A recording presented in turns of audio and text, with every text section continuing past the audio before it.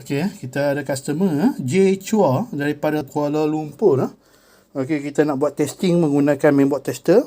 Okey, mainboard tester. Ini powerboard model lain 42LN5700. Yang kita nak join ni ialah yang mainboard 42LN5700.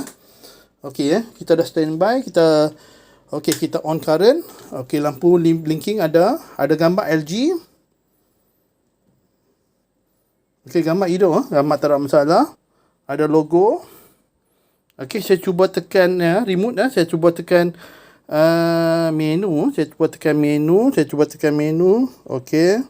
Okey, ini menu dia. Okey, TV function tak ada masalah.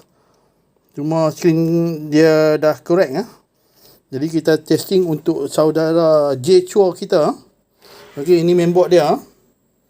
Okey, mainboard berfungsi dengan baik, tak ada masalah.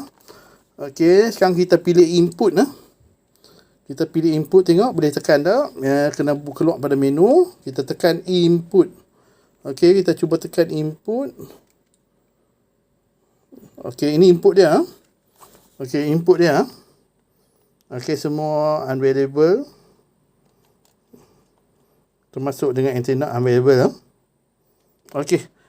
Lagi kita nak tekan apa? Kita tekan apa-apa sajalah. Ya, okey. Ini dia punya home button. Dia punya home button macam ni TV, smart TV Okey, smart TV 42LN5700 smart TV. Kalau 42LN5400 TV yang biasa. 42LN5400 biasa.